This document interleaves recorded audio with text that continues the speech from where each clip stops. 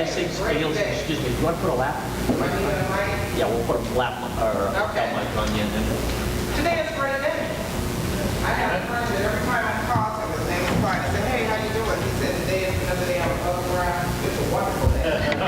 So I thought, okay, that's good. Then I happened to go to my, let me carry this. I'll mess it up. Hello. Oh, nice. So I have a friend who's also my financial consultant. And I first met him, I went into the office, and I saw this photo right next to his desk, and it was a World War II photo, and the gentleman had expired. He was laying next to a fence. So I came into his office about 3 or 4 times, and that was always there, so I finally had to say, what is up with this picture? And he said, when people tell me they had a bad day, I point to the photo. That's a bad day. So anything less than that, you just have to work on your day. So what I'm excited about, and let me tell you right now before we get started, these are beautiful floors. When I came in, those floors, those brick floors were beautiful, and all I was thinking, don't fall, don't fall, don't fall. So if you see my husband, I called him and said, look, bring my flat shoes. So this is cute for right now, but it's over.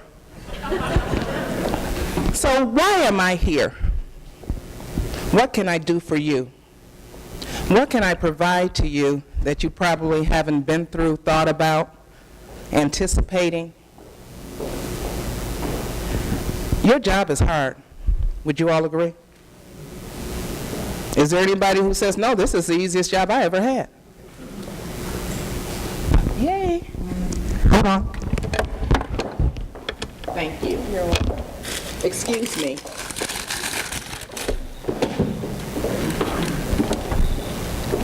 And by the way, for those of you who are wondering, 6 feet. I generally wear 2 to 3 inch heels on a regular basis. But something happened to me, and 2 years ago, my husband was taking me to pick up a new car, and I was stepping into the car, and I fell out of the car. And when I fell out of the car, I was lying on my back. My leg was this way, and my foot was the other way. I literally broke my tibia in half. How do you do that? I never even heard of that. How do you do it? So I'm laying on my back, and yes, you can see I'm not the petitest young lady. And so I'm laying on my back, and they're running around, what do we do, what do we do? So it just so happened I had been to the dentist, had some work done, and had pain pills in my purse. I said, well, first thing, give me the pain pills. So I took the pain pills, and I was lying there, and I was looking at the sky, and I was thinking, how does this happen? And everybody's frantic because my leg is not matching up with the foot anymore.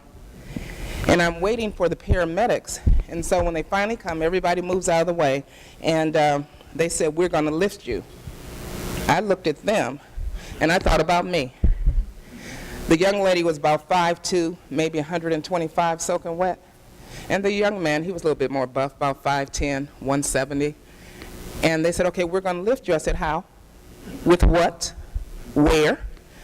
We got you, just relax. Well, I couldn't relax. And so I stiffened up so much that they really couldn't lift me. And they said, you have to learn how to relax, so you're going to have to trust us in these next couple minutes. So got me on the stretcher, went to the hospital. So once again, my foot is over here, my leg is over here. When we get out of the ambulance, the first person who comes bumps against my foot. So it's like, okay, Ela, you can handle this. Oh, that hurt a little bit, you know, trying to be nice. So we get in, and we get to the stretcher in the emergency room. Now everybody's looking like, oh my God, oh my God. The nurse comes in and bumps my foot. So now you know those colorful words are bubbling in my throat. So finally we get it all together, and we're going to take x-rays. And as soon as we get on, now my husband is with me, and this whole time I'm saying, just be cool, baby, don't worry, don't worry. So the last time we get into the x-ray, and this giant orderly literally is pushing and pushes right into my foot. I thought my husband was going to have a heart attack. Now at this point I'm ready for the colorful adjectives to fly. This guy is so mortified, he's stopping. The nurses are berating him. But this very calm comes over me and said, this is not the worst thing, just get to it. Now I tell that story to say that's why I had to come out of those heels, because on my leg it said 1 year to heal. It took exactly 1 year to heal. I have pins and a rod down the middle of my leg. So I got that little scar on the knee the athletes get. It's a solidarity with that. I go places, they say, oh, you had knee surgery too? Yeah, I did. But nonetheless, we have to know our limitations. And I'm saying all of that because even in the midst of all of that, I felt my administrator come in. If I get upset, if I start colorful adjectives, the confidence level of these people who are supposed to take care of me is going to change in a heartbeat. If I get upset to the point that I'm very specific to people who are bumping my legs, that probably will have a major impact on their evaluation by their supervisors. So I calm down to assess the situation. Is that what you guys do on a regular basis? You're assessing the situation, diffusing situations? Is that part of your daily job as an administrator in the charter school? You guys don't look like you're sure. Well, why am I here? Who am I? My name is Elyastine Green Davis. I'm from Flint, Michigan. I am the child that you are serving. I am that child from a single-parent household where the father was not involved. I am that child from the single-parent household where my mother did not have time to come to the school because she was working 2 jobs, and many times we resided with my grandmother. I am that child who was in the ranks of poverty until my mother was able to go back to school, and she became an RN, but that happened probably when I was about 16 or 17. But I am also the child that stayed in public schools with good teachers and good administrators who gave me what my parents couldn't. I am that child that they said would not make it, would not go to college. But at every grade, at every building, there was somebody who said you can, you should, who planted seeds within me about my own greatness. It began with Teresa Hamilton. Ramrod straight, navy blue skirt, white blouse, tucked in, excellent physique, school marm shoes, hair pulled back in a severe bun. My first teacher at Clark Elementary in Flint, and I was in 1st grade. Miss Hamilton made no excuses for what she expected out of us. When she walked straight, she expected you to be straight. She expected you to hold your head up high. And she would tell us over and over again that we were scholars. And she wanted us to behave as scholars. She would model the way we walked down the hallway, how we raised our hand for the teacher, and no, don't ever go to her office. And she had to put the paper cuffs on her blouse so the ink wouldn't get on the corner of her blouse. And she was writing a note to your parent. Oh my goodness, it was all over. And I was trembling at 1st grade when Teresa Hamilton stepped into the hallway. But it was the same Teresa Hamilton that would come after school when we were all out on the playground and jump rope with us. Showed us how to double dutch. Showed us that she was human and she was vulnerable and she cared. But she never wavered from wanting us to be scholars. Another principal who stood out for me, Al Rennick. Al Rennick was a very suave gentleman, very sophisticated, loved to dress well, and this was middle school. He smoked a pipe that had that little bowl. Mr. Rennick knew everything, and you wondered, how does he know everything? If he would hear there was going to be a fight, guess who walked home with you? Strolling, talking. Where you going? Oh, your mom got some new flowers in the yard, that looks nice. Hey, Miss Green, how you doing? Yeah, they think they're going to have a little rucky tuck around here, not on my watch. And he would literally walk the whole route where the children were who were going to fight. His relationships with us was parental as well as education. Those were my role models. Then the teachers who were within the classroom who said you all can make it. In Flint, they were that first generation that came up from the South. That first generation of educated Southern blacks where it was easier to get a job up north than it was in their own home. And they brought their ways with them. They brought those old school, one classroom ways with them. And it was all about encouragement, empowerment, pushing. And they would talk to you and they would build relationships, and they knew your parents. And those were the days when the paddles, and your parents would say if they step out of line, give them a swat. And they did. And it hurt. And you straightened up because there was a partnership between the building and the parents. And we knew it was for our own good. Moving through the chain, there were just people after people who stepped into my life, educators who said, you can, you will, you should, why don't you? Well, my daddy's not here, and we don't have any money. Oh, do your job, and all those things will come to pass. Do your job, and you will find money to go to school. So here it comes to the end of my career, prep school career. I'm accepted at Michigan State and University of Michigan. Due to an unfortunate situation, my best friend, we were going to be nurses, and we were going to Michigan State. She got pregnant, couldn't go, so I ended up going to Michigan. I had no money, and I do mean no money. I was one of those kids who didn't take advantage of all the resources, so I graduated from high school with a 2.999. And can I tell you, through ignorance, once again, I graduated from University of Michigan with a 2.999. And I can link it back both to why I did it, and it was my stupidity. It had nothing to do with the staff, because sometimes our students have to take ownership for what they do or don't do. So consequently, my very first day getting to the University of Michigan, and my parents dropped me off, my mom dropped me off, my mom and my brother dropped me off. I threw myself across the bed and cried, because I'd never been away from home. I didn't know what this was like to live in Ann Arbor, away from all my family, how to negotiate all these people. I'm in this room by myself. What do? I didn't know. So I cried, and then I got up and said, let me see what this school is all about. No money. So the first thing, I went down and found me a job that day downstairs at the snack bar. That at least gave me spending money. Well, you know, we had Pell Grants and that kind of thing, but not a whole lot. So after that first week, I ended up going on campus. I found another job. So I started working 40 hours and going to school full time. Because what had happened of all those years where you had the naysayers, but you also had those people that were planting seeds. You can, you should. My mother was a single mother. She told me, I don't have any money to give you to go to school. So it has to be you. So how are we embedding in the children that we serve? Yes, there's all kind of obstacles.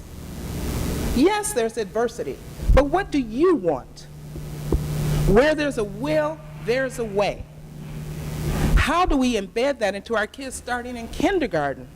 Where there's a will, there's a way. I worked my entire collegiate career 40 hours or more if I could get it. I got to my 5th year. Oh, because I didn't tell you I started in nursing, but we had to give each other shots. That was out the window. I looked at everybody in that room and said, I don't trust none of you, and literally walked out that day. Called my mom and said, I'm not going to be a nurse. Well, what are you going to do? I'm going to be an actress. What? Tell me any 6-foot black actress that's working continuously. Well, in those days, Cleopatra Jones, Tamala Dobson was the only one I knew, and she said she got 4 movies. What about the rest of your life? She said, I tell you what, I want you to pursue all your dreams, baby. I want you to do everything you want to do. Just know I'm not going to take care of you. Well, my practicality stepped in, and what did they say? If you can't do what you want to do, go teach. So I went to School of Education, ran into Edward Price, and he said, we don't like your caliber of people. What do you mean? We don't want anybody who think they can just teach. This is a profession. This is a craft. This is a calling. You just don't walk in here thinking you're just going to become a teacher. Okay, and he wouldn't accept me. Well, now I'm personally offended. Nobody tells me no. I can do whatever I want to do, but not in his school. So I went back, did go into theater, went back, but I came back with a 4.0. How you like me now? He said, I don't, but I'll give you a chance, and he ended up being my mentor. I discovered who I was then. I discovered this was where I was supposed to be. But what we are doing in the lives of these children is so significant. Charter schools are developed to be an alternative to traditional schools. Now everybody talks about the good old days, the good old days, the good old days of the 50s, the good old days of the 60s and 70s, where our schools actually weren't measured and we were losing thousands of kids nationwide, but it didn't matter because we had that top 10% who were shining stars. It didn't matter about those special ed kids in the basement next to the boiler. And by the way, I was a special ed teacher. It didn't matter about those incorrigible youth who went to juvenile home. And by the way, I worked at an alternative school for incorrigible youth, for adjudicated youth, and for pregnant girls. They didn't matter in the good old days. It didn't matter that our graduation rate was abysmal because we didn't measure it. Because in Flint, General Motors was there. Kids got in the plant lying at 16 and started making middle-class wages. I would come home from college in my earth shoes and sweatshirt. You guys know what earth shoes are? Remember those shoes where the heels went backwards? Oh, okay. I'm 57, so I can't fake the funk. I'm 57. A lot of this stuff is probably way before many of you, but it's a good thing. But anyway, I would come home and my friends were driving Cadillacs. They had nice houses, and we're the same age. And I would say, Mom, I don't know that I'm doing the right thing. She said, just stick in there. Just stick in there. It'll even out in time. But that's what grabbed those kids who said, I'm tired of school. Making $30,000 and $40,000 at 19 and 20 years old.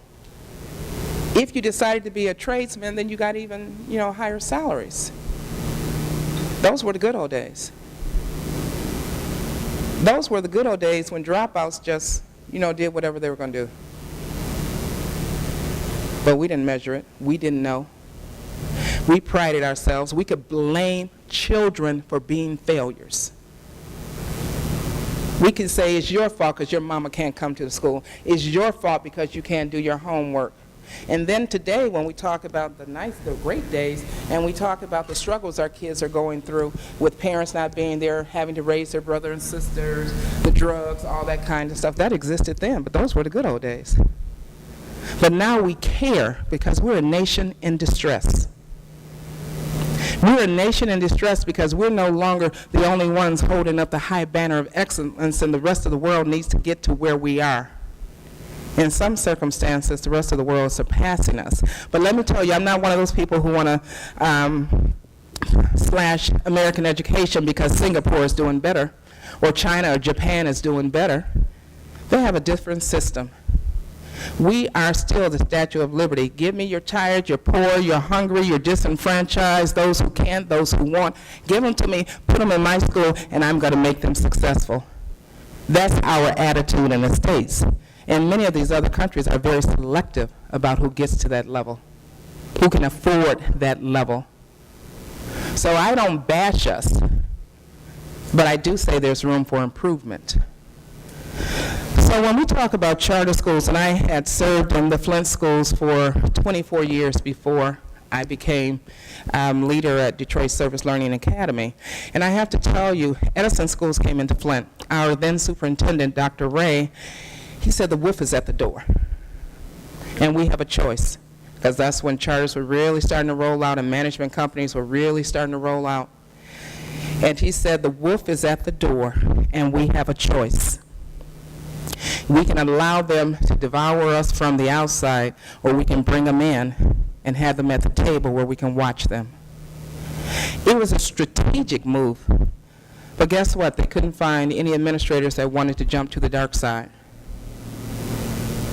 During that time, I had been approached, but in conversation with my husband at that time, he didn't want me to take on that position. We had 2 small children, and he said, I just know it's going to be such a big impact on our family, and I would really rather you not do that. Ladies, that's a difficult decision. Why are we always choosing between our families and our careers? But I love my family, I love my husband, and I said, okay.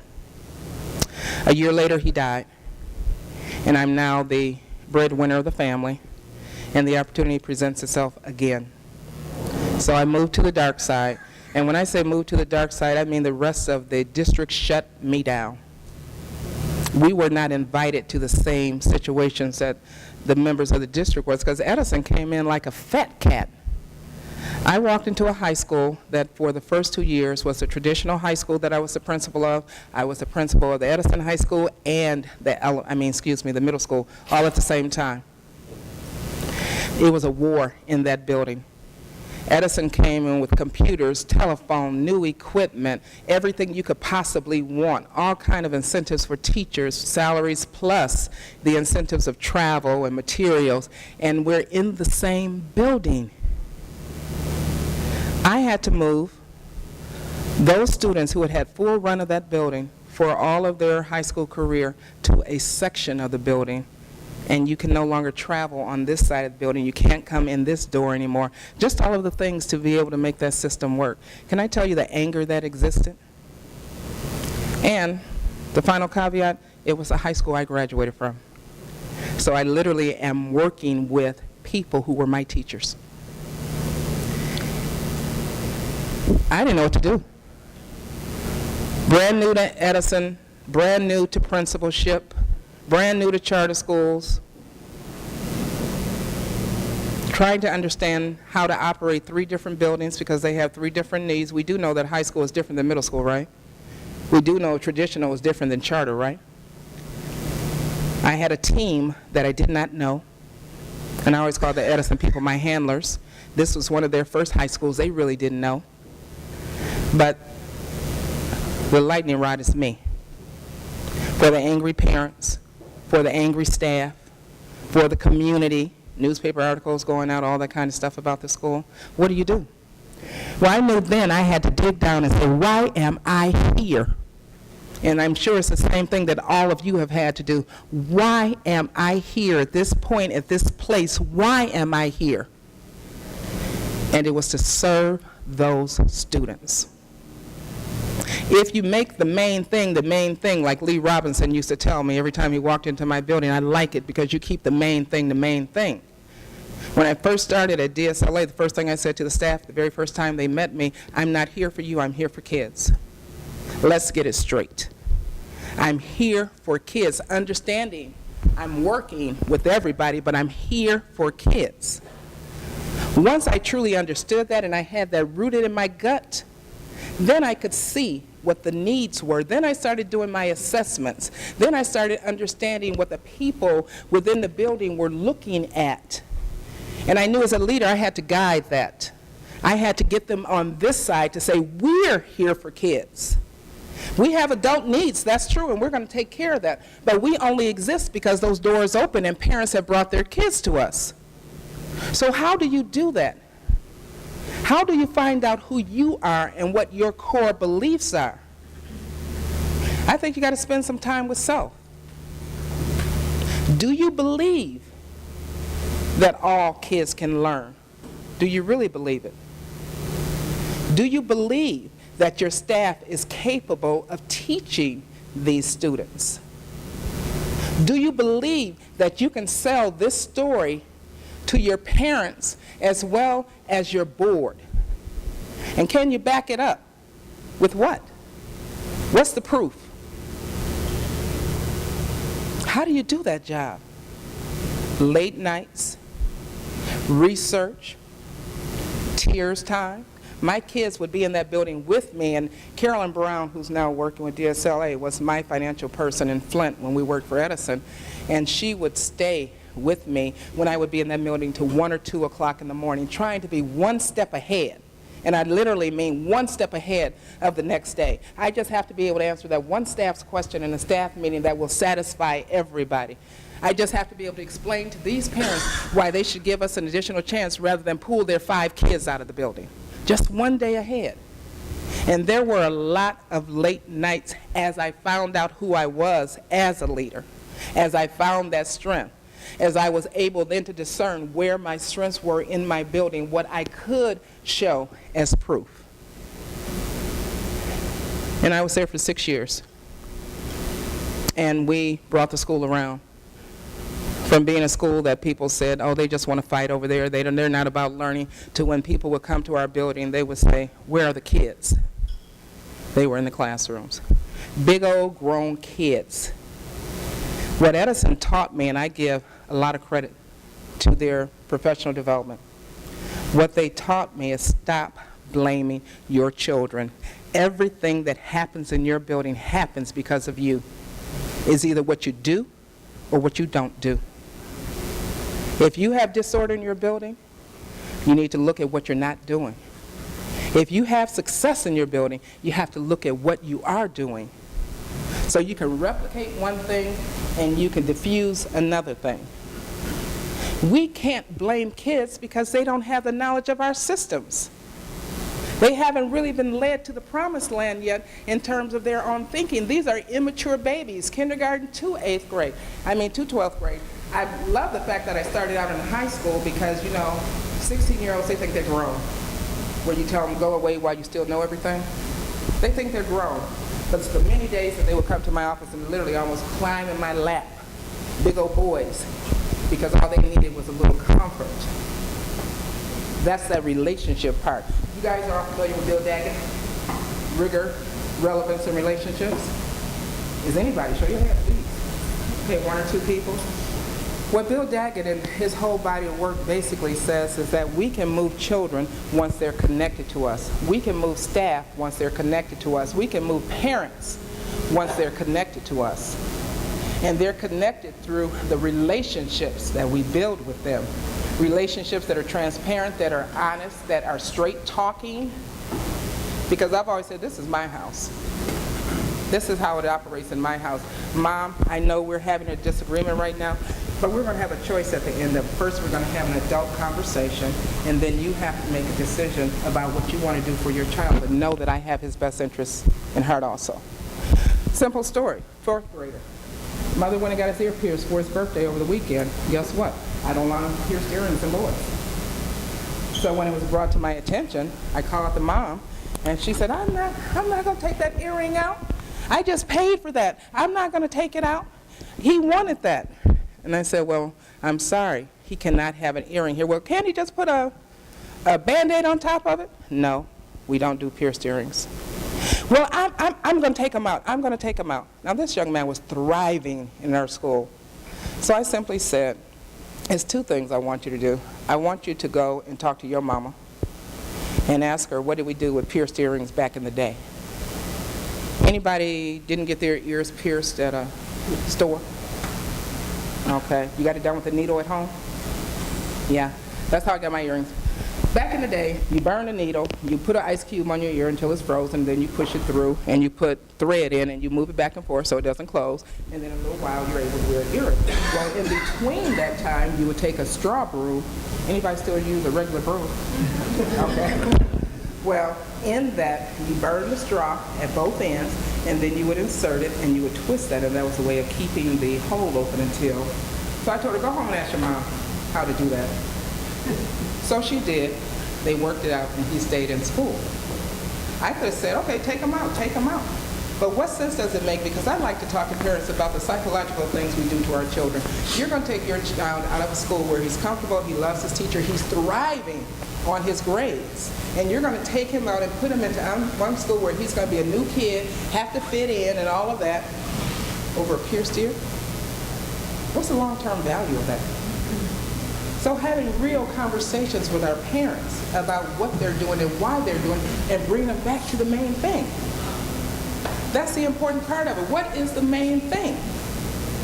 The relationships that you have with your staff that you're trying to build an empowered team. One of the things that I prided myself on is the fact that I have had now 9 people who have become principals after working with me. Because what I believe as leaders, we have an absolute obligation to train those who are following us. To train those who are going to become the next leaders, because we're not always going to be there. And when we're gone, what? What is going to be your legacy? But the elements that you need in your school are the 3 things. Do you know your contract? Do you know your contract with LSSU? Have you read it? Do you know what you're obligated to do? Does your administrative team know it? Does your staff understand it? Are your parents aware that you are under contract, licensed by LSSU to serve them? How many of your staff, yourself included, know your mission statement? No. And even if they can't recite it word for word, can they do a paraphrase? I was in Cincinnati working with an administrative team just last week. And I asked that 17 administrators sitting in front of me, and I said, so what's your mission statement? Can somebody please recite it? Not one person. I had asked the superintendent to stay out. Not one person. How are you selling this story? If you're standing in an elevator and you got 5 minutes to pitch 3 people in there who said they're looking for a school, what can you tell them in that 5 minutes? What's the purpose of your school? What are we striving to do? What makes you different than the next school that they're going to look at? So does your staff know your mission statement?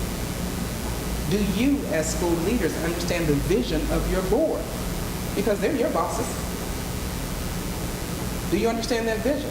Do you understand how you fit in the vision as a leader? How you're required to bring that vision forward? What expertise they're looking for you to bring to them to help them realize and implement the vision? What research can you bring to them? How would you let them know as your vision is not as pertinent because now that we're into the 21st century skills, we need to broaden that? Who are you when you're sitting at that table with your board members and you're the education expert? Expert. They're expecting you to know what's coming down the pike, what may be 5 years down the road, how it will impact our school, what are the external factors that are impacting us on a daily basis. That's what they look for you to do. Because your board members don't know. You're fortunate if you have board members that have education background who really understand all the verbiage we're using. And that's the other part. When you're talking to your board members, do you teach them? That should be a part of it. Teaching them the verbiage, teaching them the laws, teaching them the trends. That's part of it too. So communication and transparency. Keeping the main thing, not getting sidetracked. That's your role. Creating the vision, creating the story. That's your role. Bringing the proof to the table of improvement, of progress. That's your role. Plus, you're running a building filled with X amount of adults who have their own issues, filled with X amount of kids who bring their issues and trailing their parents behind them. So, which one of you is a psychologist by trade? Now, I'm a social worker, and I always told people, my greatest skills in school was the fact that I had a theater background and I was a social worker. Because I understand group dynamics and I know how to sell a story. All the other things were the feelings, the glue that have made me, in my opinion, a good leader. So, if you're keeping the main thing, it's about the kids, it's about teaching and learning. Let's just drift back there for a minute. Do you know what quality education is? Do you know what it looks like, what it smells like? Do you know what the end result will be? I've had the experience just recently of visiting over 25 charter schools doing reviews. The review was simple. I read your contract, I looked at your education program, I came in and I observed your classroom, I talked to your teachers, and I talked to your kids. I was just looking for a match between those things. Then we would develop a report as a team and give it back to the school. It wasn't prescriptive. I didn't tell you what you should do, don't do, start doing, stop doing. I just said, this is what you said, this is what we saw, and this is what you're actually doing. And now it goes back to the administrative team and the staff to say, oh, wow, we were doing really well in that area. Oh, didn't know that we weren't doing well. Wow, are we still doing that? And then it gives you a chance to go back and improve as a team. Because with LSSU and all the authorizers at the university level, they're never to tell you what to do. That's not their role. Their role is to give you license because you came forth and said, I got a wonderful program. I have a program that I think will make a difference in the lives of the kids that live in this area. This is how we're going to do it. This is how we're going to assess it. And they said, woo, wonderful, we believe you. We're going to give you a contract for 3 years. And if you get lucky, you'll get, re-extended and re-extended and re-extended because you're doing all those things. It's really up to you. So we got transparency of communication. Everybody knows where we're going. We know our vision. We know our main purpose is keep the kids moving forward. Then we have the financial side of it. Are you spending the money correctly? Is all of your money being spent to drive your achievement or to give your kids different experiences that will broaden their horizons and make them better scholars and learners, and give them exposure into what life is going to be in the future? Are we buying the next best thing? Or are we researching it to make sure it is the right thing for our demographic? So what works for me may not work for you. How do you do that? Now, I hope I'm also kind of laying the groundwork that you can't do it as a leader alone. You have to have a team. You have to have a balanced team that has expertise, that can have real discussions. And one of the things that's lacking me most in education periods, we don't have time to talk because we're always in a hurry. We're always on a timeline. We get snippets of conversation. We don't do thorough discussion. We don't look at the pros and cons. We look at the sell job we get from the publishing representative, and that sounds good, but all of us in this room should know, if you don't, a book does not educate children. Not by itself. You have to have that teacher in the classroom that understands what they're doing with the book. How much professional development do we get for our staff once we get new curriculum? Just the first year? That's like trying to teach a kid how to do an algebraic equation in 45 minutes and think they got it. You got to revisit it. You got to look at it. You got to see the impact. You got to look at what your data is showing. So we got the main thing, the achievement. We got transparency, and we have the money. And the money is shrinking every year. The grants are getting harder to find, but you still have got to run the building. So how do you look at your money? What is a program or a practice that absolutely will never go anywhere? We will always fund this. What's the danger of getting those wonderful grants and they're good for a year? Everybody loved the program. It showed promise. And the money went away the next year. And you can't keep the staff that did it, and you can't keep the materials. What about technology that's booming, turning around? Everybody thinks it's wonderful to buy iPads. Really? What about the maintenance of the iPads? Who's going to teach the kids? Who's going to keep them up? And what do they actually do? I have an iPad. I love my iPad. It's the best camera I ever had. But when I look at what is it really good for, it's a storage device. If I were to say what lessons, and of course it depends on the applications that you're pulling down, but there's so much that can happen in technology in a room of 30 or 15 kids that you may get sidetracked. So it's really having an IT person that can teach staff and kids how to use it effectively. And you can have some kind of maintenance program as they break that you can replace them, or you got that grant, you got 30 wonderful iPads, and by the end of the year you got 15, and I really can't use them except sporadically. You got to think about the money that way. You got to think about your staffing. Any of you union schools? Anybody go to union? Okay. All right, do you have a set pay schedule? Okay. I was used to a set pay schedule, but when I first got to DSLA, they didn't have one. I had teachers coming in negotiating with me. And I just remember this young teacher, first year, she came in, and she said, I need $6,000 more. And I said, based on what? Well, just in order for me to live my lifestyle, you know young people, they don't have this service. Just based on my lifestyle, I need to have at least $6,000 more. I said, okay, well, this time I'm certainly not able to offer that to you, and plus I don't have enough data to show your effectiveness as a teacher. So this is what I'm going to do. I'm going to offer you the current salary that we have, and I'll give you an opportunity to come back and get a second year in classroom teaching. But the first thing I want you to do is go home and talk to your mom and tell her what you told me. Real talk. I gave her 2 days to make a decision. She came back and said, my mother told me to shut up and take this job. We have young people who are trying to be adults, and I do believe in adults. Everybody will tell you I believe in working with adults, but they also have to understand what value you bring to the table. Right now, you're an unproven entity. So I have to speak to you as if you're a future employee, but I have to tell you what the real deal is. And she stayed and she did become a very, very good teacher. And when she left, she said, now I have a proven record. And I said, yes, you do. Go forth and negotiate. But after that experience, I went to the board and said, we need to have a pay schedule. And these are the reasons why. And it was a fair schedule, and they had yearly increases. But now the ante is up again. Now we're talking about the accountability of your test scores. Wow. How are you managing that? Do people still get raises even if their scores are stagnant or decreasing? No. Yay. She said no. Yay. But we didn't even have those kind of conversations. And people are still very angry about it. And you know, it is difficult.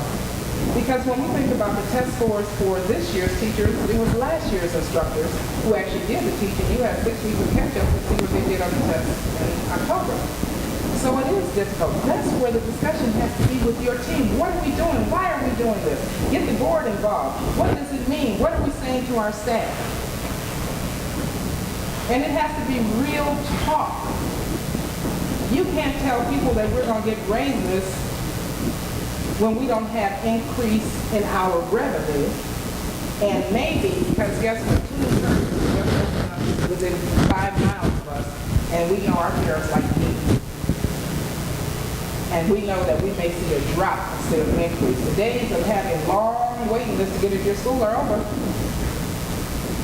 So real talk is we have to be an exemplary school in order to keep the students that we have and to attract not only the parents but good staff.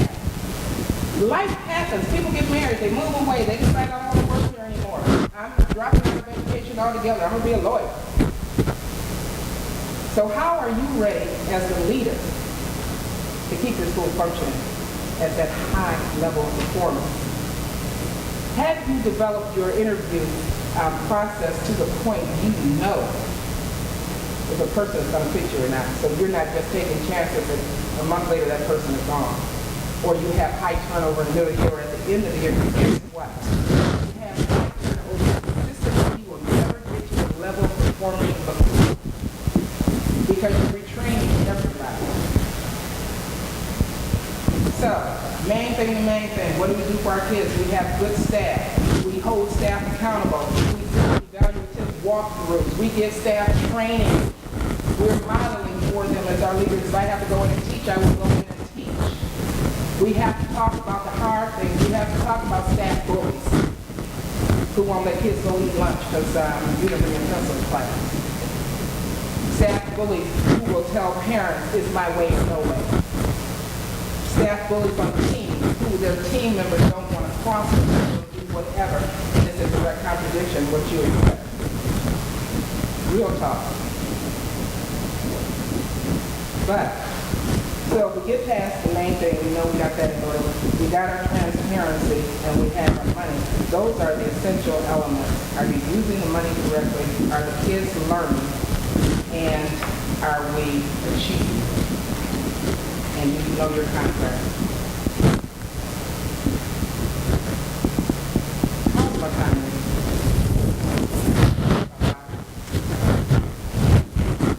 What I bring to you and what I can offer you is that I know how to run this school.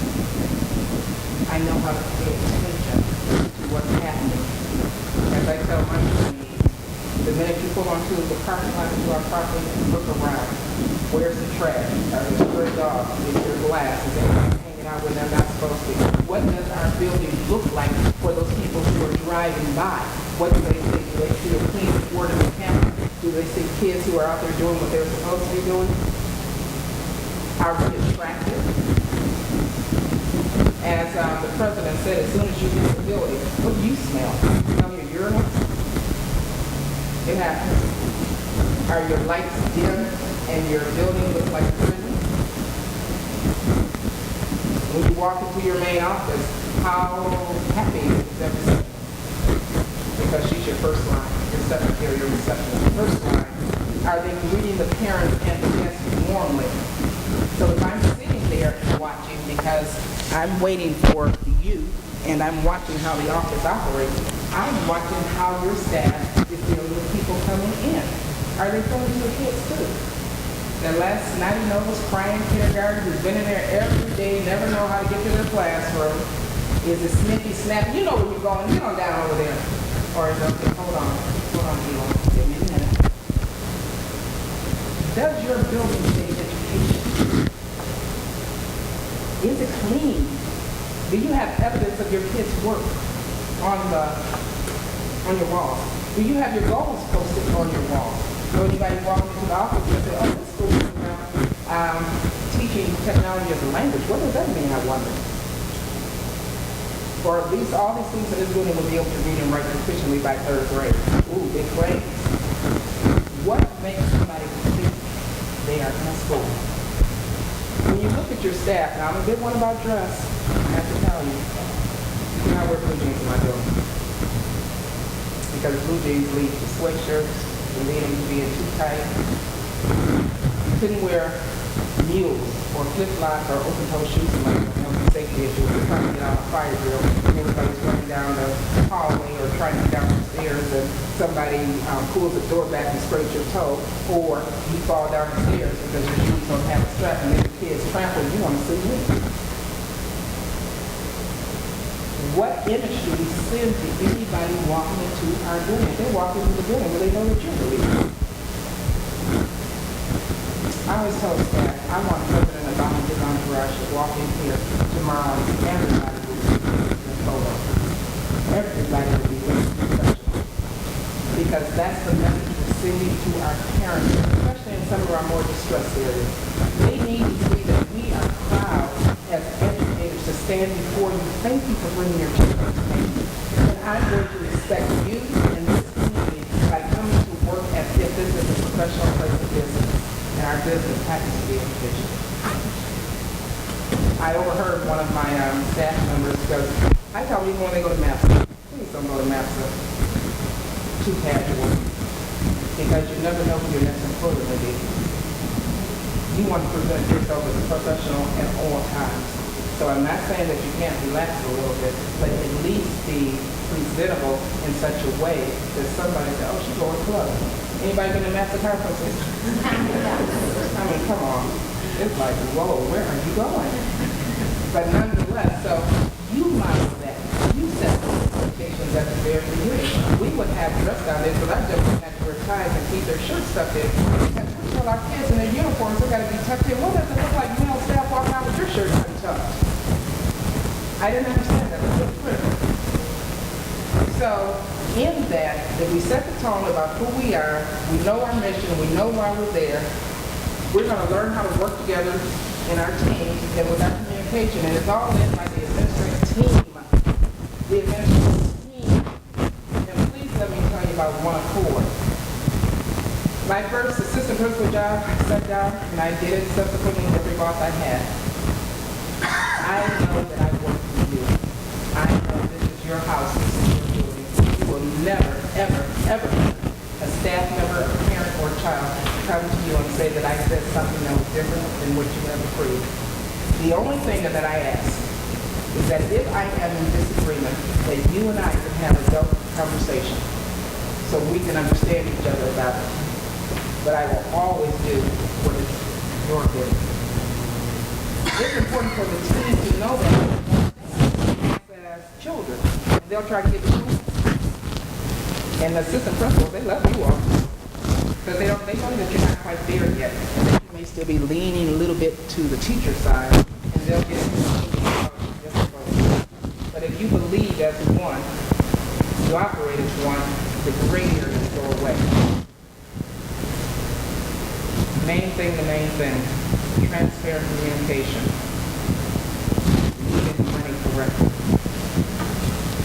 There's so much more that I would love to talk about.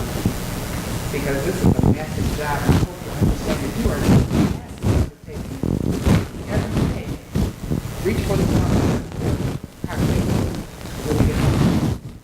Because it'll keep you healthy and good.